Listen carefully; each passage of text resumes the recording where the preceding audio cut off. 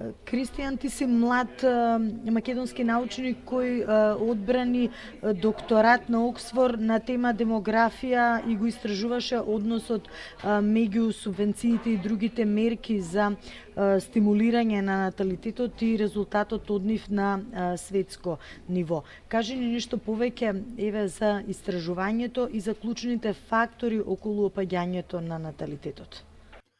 Да, опаѓањето на наталитетот не е нов феномен и кај нас, особено во Западна Европа, значи во поразвиените држави, тоа се случува децении и децении наназад, но имаме некои моменти во поскорешното минато кои се релативно нови. Значи, ново е нивото на кое што е опаднат наталитетот. Во демографијата често зборуваме за онаа стапка од 2,1, значи минимум 2 деца по глава на жител, за да може да се обнови природно населението, значи да ја задржи својата големина. Таа стапка веќе одамна не е исполнета никаде во Европа. Косово беше последната држава што фигурираше некаде околу стапката, сега и таму е далеку под тоа ниво, но како што реков, значи просекот моментален во Европска унија од 1,5, некои држави се, особено па во нашиот регион, се доста под тоа. Тој момент е нов и тоа што е ново е брзината. Значи никогаш не се случило волку нагло да опадне наталитетот во држави кои биле блиску до оваа стапка на замена или на обнова, а сега се дури под 1,5, и тоа предизвикува огромни импликации за кои што верувам ќе разговараме подоцна и во однос на здравствениот систем, пензискиот систем, економскиот раст и целокупната добробит на државата. И тоа е една од пораките кои најсилно се обидов да ја пласирам и во докторатот, но и во секој медиумски настап кој го имам на темава, а тоа е дека навистина треба да се разговара за пронаталитетските прашања и пошироко за демографските теми од една идеолошко неутрална перспектива. Односно да се согледа дека иако овие политики и овие ориентации се најчесто застапувани од десно ориентираните партии, тие имаат и силни импликации врз прашања за кои обично токму лево ориентираните политички опции се по-заинтересирани или загреани за нив. Во однос на политиките, во една прилика ќе речеш дека кога го резимираш докторското истражување е како да си потрошил 4 до 5 години проучувајќи тема која што не нуди практично едноставни решенија и заклучоци. Меѓутоа, може ли да се забавува овој тренд на намалување на наталитетот? Во Македонија конкретно наталитетот дури сега е станат можеби најголемиот детерминант на негативните демографски трендови, како што знаеме иселувањето во принцип е нашиот најголем проблем од оваа перспектива, и тоа резултатите од последниот попис јасно го покажа, и претходно малку не го знаевме дека ако гледаме само природниот прираст, значи бројот на родени наспрема бројот на починати лица во државата, во 2019, значи годината пред ковид, така е полесно и да се запомни, е првата година кога во Македонија сме имале повеќе починати лица. Што значи дека пред тоа со сите наши негативни моменти во однос на иселувањето, ако гледаме само природниот прираст, тој беше се уште позитивен до пред малтене 6 години. Тоа не значи дека наталитетот до 2019 бил висок, тој одамна е под оваа стапка од 2,1 што ја зборував претходно, но поради така наречениот популацијски моментум во демографијата, значи фактот дека има големи, односно бројни генерации со голем број луѓе кои се токму на репродуктивна возраст моментално, значи дури и тие генерации кои имаат деца под оваа стапка, населението се уште може да расте бидејќи самите тие како генерации се побројни. Меѓутоа, дека трендот е негативен, нема збор, и сега нема држава која што, тука доаѓаме до делот што го спомнавте претходно, значи ова што го имам кажано дека понекогаш се чувствувам дека сум си го изгубил времето, тоа не е баш така, но може да делува така поради тоа што навистина не постои држава која што го вратила трендот наназад, значи која што почнала да го зголемува својот наталитет. Може само да се зборува за контрола на штетата или за забавување на опаѓањето на наталитетот. И сега не знам ако е интересно за гледачите да се префрлиме малку на некои од мерките што се имаат преземено. Значи, Полска и Унгарија се обично најеклатантните примери. Знаеме нели дека владата на Виктор Орбан веќе подолго време, цела деценија е посветена на овие теми. Во Полска тоа веќе стана панидеолошки момент, значи ова што го зборував на почетокот, дека треба и левицата и десницата да се обединат околу овие теми. Полска е најблиску до такво нешто, затоа што политиката ја почна партијата која што беше на власт, значи сегашната опозицијска партија,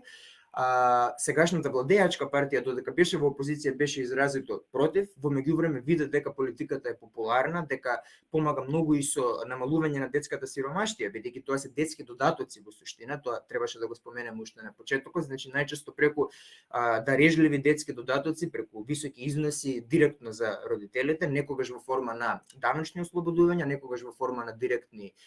додатоци, дополнување практично на платата на родителите. Тоа е најпосакуваното, да речем, оружје во наводници во борбата против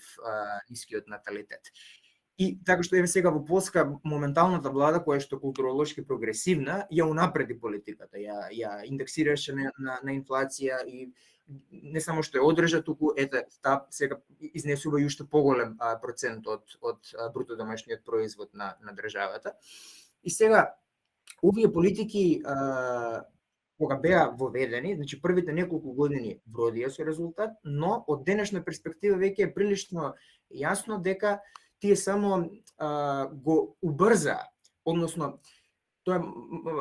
не сакам да користам премногу стручен жаргон, но идејата е дека луѓе кои што и онака би имале одреден број на деца, едноставно ги имале тие деца порано поради политиката, бидејќи сакале да ги искористат средствата што наеднаш им стануваат достапни. Од друга страна зборуваме за држави, и тоа е релевантно и за Македонија, каде што има ниско ниво на доварба во владата и понекогаш луѓето, во сите власти се разбира, и понекогаш луѓето претпоставуваат дека оваа политика ќе ја снема наскоро и јаде да ја искористиме додека е на сила. И затоа долгорочните резултати дури во овие држави не се многу оптимистични.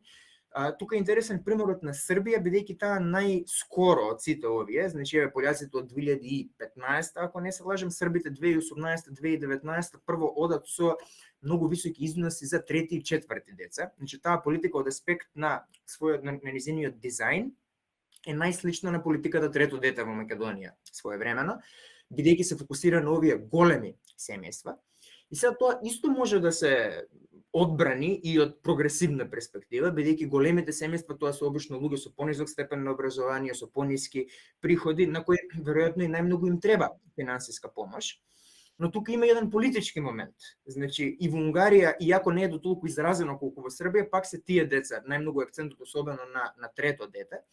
И тука политичкиот момент е дека овие партии веројатно се надеваат, претпоставуваат дека тоа се луѓе кои би гласале нели за нив, и тука има еден личен интерес кој не треба да го занемариме. Демографски гледано, политика што е фокусирана во 2025 зборуваме на волку големи семејства, не може драстично да ја промени целокупната демографска слика, затоа што ретко кој, без разлика колку пари ќе му понудите, се решава да има 3 или 4 деца. Но тука би сакал исто да споменам дека ако гледаме анкети на ниво на Европа, колку деца луѓето сакаат да имаат, просечниот број посакувани деца е околу меѓу 2 и 2,5 деца, зависи од државата. А ниту една држава, како што споменавме претходно, нема таква стапка на наталитет. Така што не е дека владите комплетно се во некој офсет со овие политики, значи треба да им се овозможи на луѓето, зборуваме за едно суштинско, вака интимно, животно прашање, треба да им се излезе во пресред на граѓаните, дури и од една прогресивна перспектива, но ете, се уште се нема најдено правилниот рецепт за да се затвори целосно тој јас меѓу посакуваниот број деца и реализираниот број деца. Владата најави дека размислува за воведување на нови мерки за стимулирање на наталитетот покрај еднократните додатоци, што некои општини ги доделуваа за секој новороденче, колку тие еве можат да помогнат. Претходната влада имаше многу силни социјални трансфери кои беа за пофалба од аспект на намалување на сиромаштијата кај децата и така натаму, но таа влада исто така се трудеше многу експлицитно да не го користи речникот, бидејќи повторно ќе кажам, со оглед на тоа кои партии и кои влади во регионот имаат воведено вакви политики, политиките веќе попримаат една силна идеолошка конотација. И тоа е донекаде така и поради јавниот дискурс, поради кампањите. Знаеме дека во Македонија политиката трето дете имаше една силна, вака несомнена десничарска, национал-конзервативна, ако сакате, компонента, така што разбирливо е што следната влада се обиде да избега од тој наратив, но може би избега малку премногу, бидејќи бегајќи од тој наратив одбиваше да ги нарече политиките демографски, и ако политики кои на семејства со низок приход им ја олеснуваат живеачката, веројатно имаат и некаков демографски ефект врз нив. И тука беше тој момент, сега се разбира, нашата социјална држава е ограничена со оглед на ниските даноци и така натаму, но веројатно една пронаталитетска политика не би требало да се задржи само на најранливите слоеви од општеството, бидејќи идејата е колку што може владата да го покрие дополнителниот трошок што родителите го имаат за своите деца, без оглед на нивните примања. Сега, во однос на наративите, значи, тука е веројатно корисно, малку ја шириме темата, но мислам дека е интересно да земеме предвид како е во Македонија моментално, бидејќи знаеме дека од сегашната влада имаме индикации во дискурсот дека ќе се работи повторно на демографијата, назначен е национален координатор за демографски прашања и така натаму. Тоа се потези кои мене како истражуваш на оваа тема ми се допаѓаат, мислам дека се добри за државата без оглед на идеолошката провениенција. Но од аспект на политики истовремено имаме некои изјави, како на пример дека потрошувачката кошница треба да се дефинира наспрема семејство со едно дете, а не наспрема семејство со две. А тоа е вака една прилично стандардна практика да биде со две деца насекаде во Европа. Така што моментално го имаме тој некој јас, добро, веројатно е потребно време помеѓу реториката и политиките, бидејќи не само што овие политики можат да помогнат вака со некои секојдневни прашања и проблеми на нивните приматели, значи на граѓаните, туку и за иднината на општеството, и можеме, ако сакате да разборуваме повеќе за тоа, исто имаат силни позитивни импликации. Демографските политики се клучното прашање за државата, кои што практично одат рака под рака со социоекономските. Што конкретно како решенија треба да се понуди, не само краткорочно, туку и долгорочно? Детските додатоци како пронаталитетски инструмент не можат сами да го решат проблемот. Значи ги кажавме веќе, нели, најеклатантните примери. Обично тие даваат, тоа го велиме, околу 1/5 повратна инвестиција. Значи, ако државата ги зголеми детските додатоци за 10%, можеме да очекуваме дека наталитетот ќе се зголеми за околу 2%. И со тој сооднос од 20% повратна инвестиција, вие треба навистина многу пари да инвестирате за можеби, бидејќи не знаеме, ни една држава нема толку високи издатоци одвоено, за можеби да се дојде тогаш до некоја стапка блиску до оваа стапка на обнова, нели, од 2,1. За најголем број држави, вклучително и нашата, тоа е финансиски неодржливо. Во меѓувреме младите си одат и сега тука имаме еден момент кој можеби е и некоја среќа во несреќа во сите овие дискусии, а тоа е дека истите политики кои барем на хартија гледано би требало да го зголемат или да го намалат забавувањето на наталитетот, истовремено можете да ги убедат луѓето да не се одселуваат. Значи сите оние политики кои ќе бидат во насока на овозможување посигурна иднина да можат да го замислат, да се замислат себе си и своето семејство во државата. Тука би сакал да споменам едни примери интересни од регионот, значи тоа се држави кои од повеќе причини не се до крај аналогни на нашата ситуација, но интересно е дека балтичките земји, особено Естонија и Летонија, тие имаа многу силни иселувања во 90-тите. И тоа се години во кои, за разлика нели од нашиот регион кој се занимава со војни, со една многу трнлива транзиција, таму работите одат многу побрзо, а сепак луѓето се одселуваат. Кога влегуваат државите во Европската унија, јас лично сум голем поборник на членството во Европската унија, но сепак истовремено ги гледам и бројките и трендовите и јасно е дека не постои држава од регионот досега која влегла во ЕУ, а каде иселувањето се намалило потоа. Напротив, луѓето ќе почнат да се одселуваат уште повеќе, бидејќи тогаш и за пониско квалификуваните работници ќе биде полесно да се добива дозвола за престој и така натаму и така натаму. Бугарија има загубено повеќе популација, население од крајот на социјализмот наваму, од една Босна и Херцеговина која што секако нели имаше војна. Така што тоа многу кажува за овие трендови. Европската унија не може да ни помогне од овој аспект. Напротив, на краток рок во наводници ќе ни одмогне, но тука се враќаме сега на овој примеров со балтичките држави кои последниве неколку години имаат враќање. Значи тоа не е сега дека сите луѓе кои се иселиле се враќаат во матичната држава и тоа се многу често пензионери кои не трошат многу, не придонесуваат многу кон економијата, не плаќаат даноци, но сепак некакви враќања, значи некакви обратни трендови од овој аспект гледаме кај нив. Тоа се држави, пак ќе речем, со многу по-развиени економии од нашата, со многу различни економски модели воопшто, но сепак е интересно да забележиме дека барем на долг рок можеби овие трендови не се неповратни и се разбира тука и се можеме да разговараме, ако мислите дека е релевантно и интересно за гледачите, доколку не се оди со опција на зголемување на наталитет или доколку таа не дава некој кој знае какви резултати, кои не се другите опции на располагање. И тука емиграцијата, но не повратно на луѓе кои се иселиле претходно, туку доселувањето на луѓе од други држави, кои што знаеме дека политички е многу деликатно, е едно од можните решенија, можеме да разговараме и за други. Можеме наједноставно тоа да го илустрираме преку самите овие структурни фондови. Значи, знаеме, се разбира колку тешко се трошат парите од ИПА инструментот, дека голем дел од средствата остануваат неискористени и така натаму. Но тие средства ќе станат и полесни за користење од аспект на условите и пред се многу пообемни со влегувањето во Европската Унија. Значи, се уште со односот некој 4:1, се добиваат 4 пати повеќе пари кога сте внатре. И тоа се структурни фондови, најголем дел од нив неповратни пари. И тоа е уште пред да започнеме да разговараме за сите останати придобивки од поголемата интеграција на пазарите, поголема трговска размена, политички придобивки и така натаму, меѓусебно учење, извлекување позитивни лекции и сето тоа. Не би навлегувал денес во овие геополитички моменти, значи знаеме дека ситуацијата е прилично заглавена моментално, но и непредвидлива, така што може тоа што би го разговарале денес да стане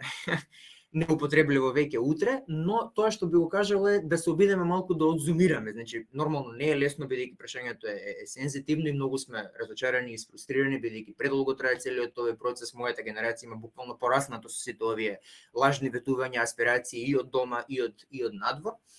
Но треба да ја гледаме големата слика. Еве една работа што би ја начнал денес е дека веројатно колку и да светот се менува и геополитичкиот момент е навистина несигурен во моментов,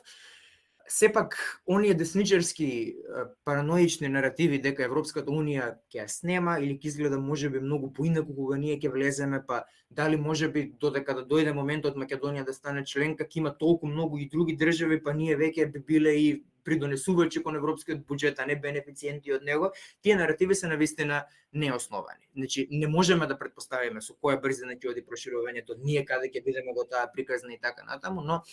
сепак, значи, источноевропските држави и оние кои веќе 20 години се дел од Европската Унија, гледаме дека натаму се севкупно земено бенефициенти на европски фондови, гледаме каде биле тие пред 2004-та, колкав нивниот домашен производ како процент, колку изнесувало од европскиот просек, и гледаме колку многу поголема брзина имаат напредувано во овие 2 децении, отколку не само Македонија, туку и сите држави кои имаат останато надвор. Колку образованието е клучен фактор, имајќи во предвид дека во минатото исилувањето најмногу се заснуваше на социоекономските проблеми. Денеска има голем одлив на мозоци, голем број на млади луѓе заминуваат практично еден образовен екзодус, но за жал дел од нив и не се враќаат во земјава. Колку образованието е или можеби во една мерка и недовербата во системот е важна за овие млади луѓе и за причините за нивното иселување? Па ако можеме една вака среќа во несреќа, пак ќе употребам фразата да споменеме, тоа е дека нашата имиграција, значи луѓето кои што се имаат оцелени во Европа последните неколку децении се сепак малку по високо образовани кадри, значи и токму тука доаѓа трагедијата на одливот на мозоците, бидејќи губиме нашите најквалитетни кадри, но истовремено тоа се голем дел од нив, значи ја суми и член на неколку организации на млади иселеници кои не сакам да ја користам таа фраза многу често, но се секираат за Македонија. Следат вести, знаат што се случува во државата, тоа не значи дека утре би се вратиле доколку ситуацијата се подобри, бидејќи во меѓувреме животот се тече и се носат некои приватни одлуки кои ги оддалечуваат потоа од државата, но и не е нереално дека би разгледале можноста доколку условите, не финансиски, туку севкупните животни услови доколку се поволни, да го направат тој чекор. Видете се, Хрватска, например, имаше тука еден интересен момент пред некоја година, кога ХДЗ, значи нивната десничарска влада, се обиде од националистички причини да врати дел од нивната имиграција, односно емиграција, се извинувам, во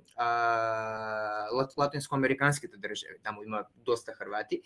И тоа беше спектакуларно неуспешно. Значи, во меѓувреме има голем наплив на луѓе во Хрватска од држави како не знам Непал, други југоисточно азиски земји каде што стандардот на живот е понизок и од каде што доаѓа ефтина работна сила во Хрватска, но тоа е профилот на луѓе и не треба да се плашиме од тоа, бидејќи економијата така се развива, значи секогаш ќе ти треба работна сила од најразлични профили. Тоа се луѓето кои што полесно може да се привлечат, но тогаш политичарите треба да почнат да го подготвуваат теренот, тие луѓе да бидат интегрирани и прифатени во нашите општества. Доколку од X причини, јас не сакам да давам нормативни судови, доколку одлучиме дека тоа политички вредносно не ни одговара, тогаш опциите се, значи ако гледаме пак од оваа голема слика демографски трендови, наталитетот тешко дека ќе го зголемиме, ќе треба или да работиме подолго, а знаеме како поминаа во јавност овие најави за зголемување на возраста за пензионирање пред неколку недели, прагот, иако тоа ќе биде неопходно во некој момент. Се разбира, во Македонија се живее пократко, така што треба и тука да се внимава, но најелегантниот начин е политичарите да го индексираат возрастниот праг односно прагот на пензионирање на животниот век во државата. И тогаш постепено секоја година ќе се додава по уште еден месец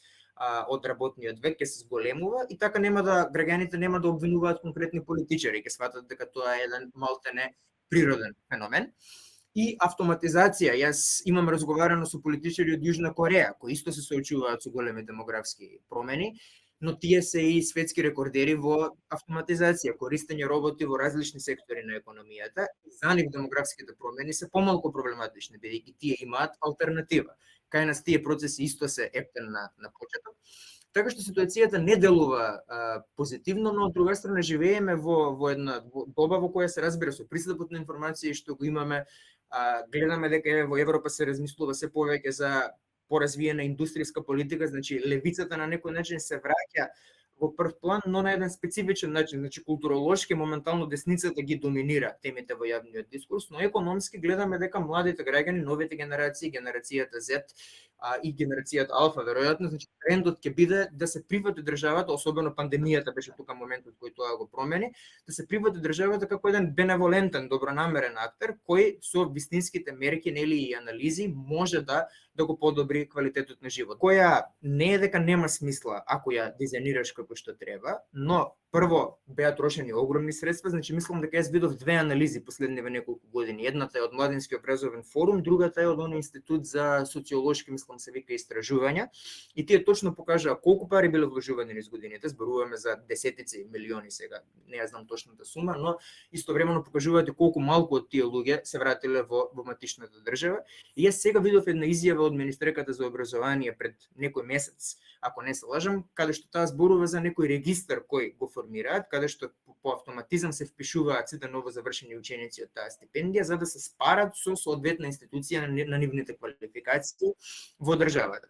И јас сум фрапиран дека таа програма постоела 15 години веќе и дури сега се формира тој регистар. Тоа веројатно требало да биде првиот чекор што ќе се направи, бидејќи затоа се вложуваат тие пари во овие студенти за да се вратат потоа во државата. На времето сме имале ние од секретаријатот за европски прашања, пред моето време се разбира, но сум слушал дека имало програми кои биле директно врзани, значи те го спраќаат студентот на одреден универзитет, го студира токму тоа што е најпотребно на државата, еве во примерот што го давам европски студии, и се знае точно која позиција ќе му биде понудена на студентот по неговото враќање во државата. Денеска тој момент на долгорочно планирање, значи навистина од аспект на тие некои институционални динамики и способност за стратегии, бележиме чекор назад во планирањето. Една порака до сите млади луѓе, особено како млад научник кој што многу работи на своето образование, која е твојата порака до младите, во што треба да веруваат, особено кога се работи за нивната иднина? Па тука може би сега ќе кажам нешто што до некаде и се коси со дел од работите што ги кажав претходно, но важно е да се има перспектива. Имаше една колумна во скоро време во Македонија со наслов "Тука не е најлошо". И сега тоа е порака кога ние од странство ќе ја кажеме, звучи малку и невкусно, лесно ни е на нас да продаваме памет, но еве ако погледнеме, пак сега ќе искористам барем накратко еден економски индикатор, значи нели Светска банка како што ги дели државите по категорија на приход, Македонија се уште е, значи се категоризира како држава со средно висок приход. Значи од вкупно 6 можни слоја, ние сме во третиот. Тоа значи дека сме сепак во горната половина, секако дека сме една од најсиромашните држави во Европа. Жално е што сме можеле да бидеме, знаејќи каде сме биле пред 30 години, а каде биле некои други држави на континентот, сме можеле да бидеме многу понапред, но времето не можеме да го вратиме, а во Македонија сепак денеска се живее, зависи се разбира од социоекономската класа, зависи од градот, но може да се живее еден достоинствен живот кој што одговорност е на сите, генерацијска одговорност на сите нас кои сега ги почнуваме нашите кариери, да го унапредиме дополнително. Но појдовната точка не ни е безнадежна, значи бидејќи доколку го има тој момент на дефетизам, потоа џабе е се друго.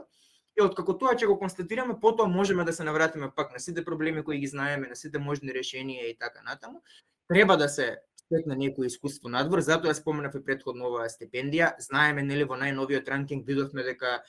Универзитетот Кирил и Методи излегол од кој беше првите 2000 и така натаму, значи за жал Македонија моментално поради сите системски грешки последниве децении не може да пружи квалитетно образование, така што потребно е малку искуство надвор и потоа, како што реков, не е невозможно голем дел од нас кои сме надвор од државата да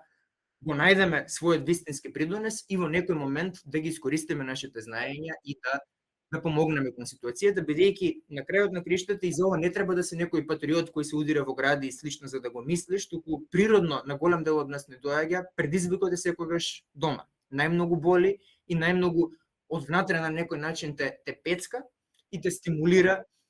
да бидеш мотивиран да продолжиш да се надоградуваш и еден ден можеби да помогнеш да вратиш назад кон сопствената матична заедница. Кристијан, ти благодарам за разговорот. Благодарам многу за поканата.